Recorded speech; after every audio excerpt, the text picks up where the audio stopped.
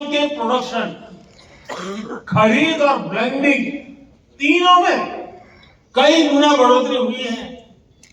आज ये काम ज्यादातर चीनी मिलों के जिम्मे और सरकारी कंपनियां उनसे इथेनॉल खरीदती।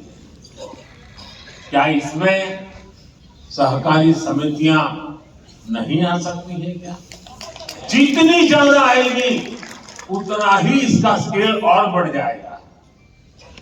दालों के इंपोर्ट को कम करने का, अब देखिए कृषि प्रधान देश, धान बाहर से लाकर खाते हैं। दालों के इंपोर्ट को कम करने के मामले में भी तो मेरे सहकारिता क्षेत्र के लोग बहुत बड़ा काम कर सकते हैं, अग्रणी भूमिका निभा सकते हैं। मैन्युफैक्चरिंग से जुड़े भी अनेक छोटे छोटे सामान है जो हम सभी इंपोर्ट करते हैं, लेकिन कोऑपरेटिव की मदद से हम उन्हें देश में ही बढ़ा सकते हैं।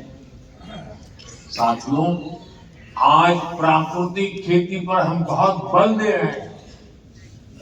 इसमें भी कोऑपरेटिव बहुत बड़ी भूमिका निभा सकते हैं।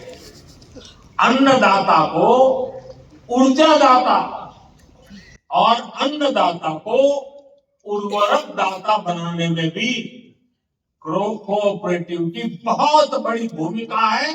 अगर कोऑपरेटिव उसमें हाथ लगा दे, एकदम तेजी से परिणाम आ जाएगा। अब देखिए, रूफटॉप सोलर हो या फिर खेत की मेड़ पर छोटे छोटे सोलर पैनल लगाने हो, इसमें 50 लोग किसान इकट्ठे होकर के सहकारी संस्था बना दे, मेड़ के ऊपर सोलर पैनल लगा दे और वो सहकारी संस्था बिजली पैदा करे, बिजली बेचे, किसान को भी देते, सरकार को भी बेचे, आसानी से सहकारी संस्थाएं काम कर सकते हैं। आजकल हम देख रहे हैं कि गोवर्धन योजना में बड़ी बड़ी मल्टीनेशनल कंपनियां आ रही है। ये ऊर्जा का बहुत बड़ा स्रोत बनने जा रहा है। क्या कोऑपरेटिव्स को इसमें पीछे रहना चाहिए क्या? वेस्ट टू वेल्थ का काम हो, गोबर से बायो सीएनजी बनाना हो, जैविक खाद बनाना हो, इन सब में सहकारी संस्थानों का विस्तार हो सकता है। इससे देश का खाद से जुड़ा इंपोर्ट बिल भी कम हो जाएगा। हमारे किसानों के, छोटे उद्यमियों के प्रोडक्ट्स की ग्लोबल ब्रांडिंग के काम में भी आपको आगे आना चाहिए। अब देखिए, गुजरात का, पहले गुजरात में जो डेयरी थी ना, अलग अलग नाम से काम करते थे। जब से अमूल एक ब्रांड बन गई, डेयरी बहुत है, अलग अलग है, लेकिन अमूल एक ब्रांड बन गई, आज ग्लोबली उसकी आवाज सुनी जा रही है। हम भी हमारे अलग अलग उत्पाद का एक कॉमन ब्रांड बना सकते हैं। हमें अपने मिलेट्स यानी श्री अन्न, इस ब्रांड को हमारा लक्ष्य होना चाहिए। दुनिया के हर डाइनिंग टेबल पर भारत की ब्रांड का मिलेट्स क्यों ना हो।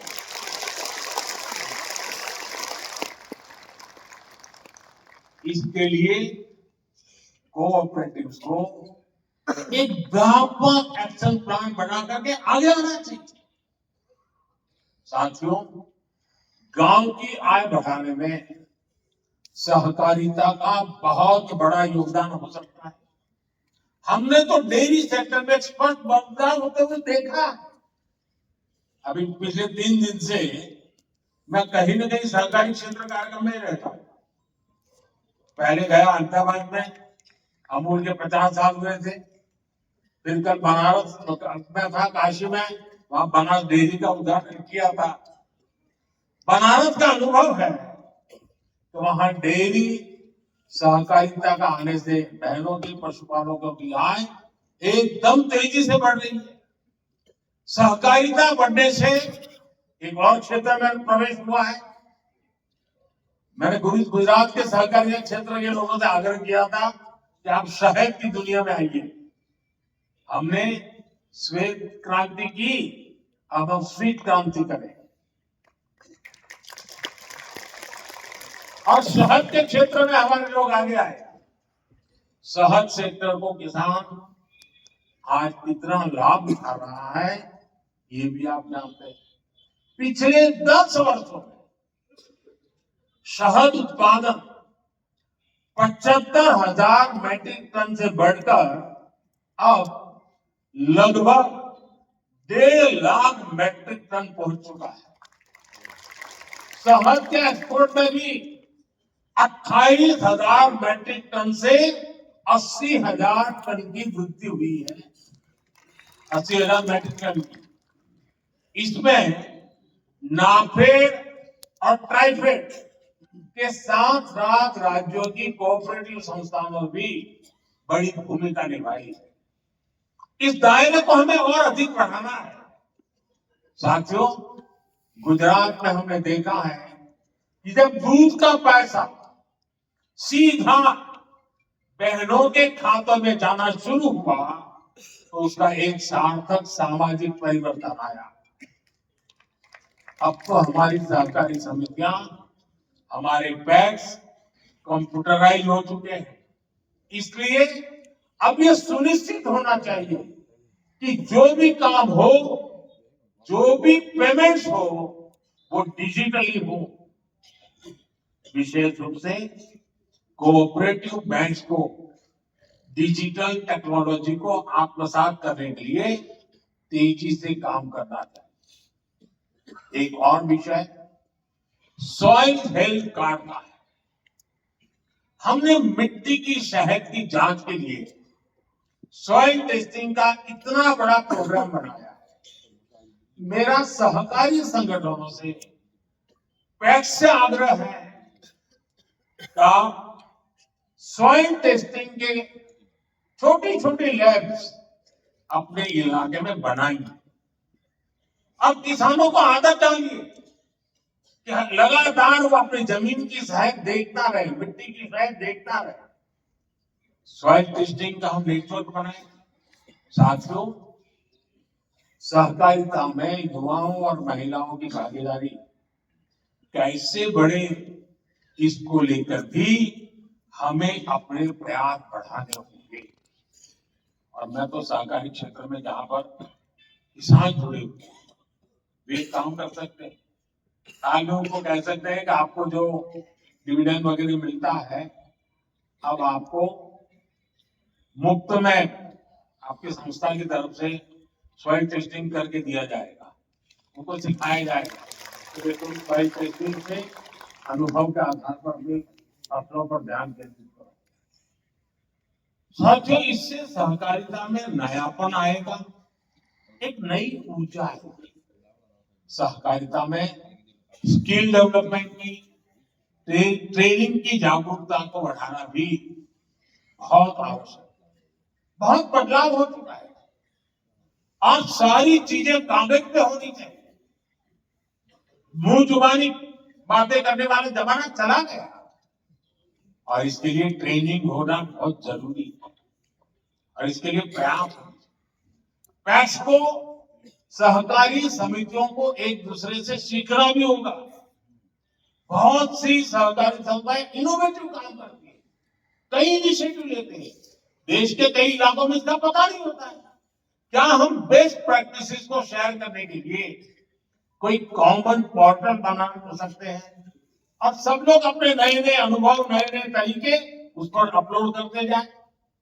इन बेस्ट प्रैक्टिसेस को आगे कैसे बढ़ाया जाए, इसके लिए ऑनलाइन ट्रेनिंग की व्यवस्था हो, कोई मॉड्यूल बने।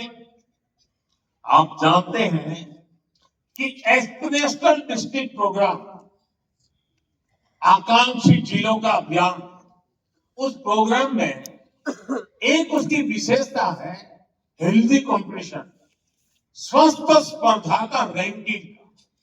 एक सिस्टम बनाया हुआ है और दिन में 10 बार उस रैंकिंग में ऊपर नीचे होता रहता है। हर अफसर चाहता है मेरा जिला आगे निकल जाए।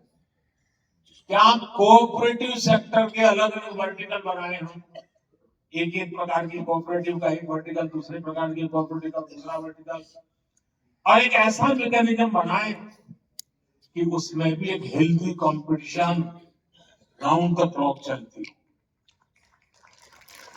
सरकारी संगठनों में ये स्पर्धा हो, बेस्ट परफॉर्म करने वालों को इनाम की व्यवस्था हो, ऐसी सहकारी संस्थाओं से नई चीजें बाहर आए, एक बहुत बड़ा आंदोलन जिसको सरकार और सहकारी संस्थाएं मिलकर उसको एक नया रूप नहीं दे सकते। साथियों, एक बात सहकारी संस्थाओं के साथ एक क्वेश्चन मार्क लेकर के चलती रहती है।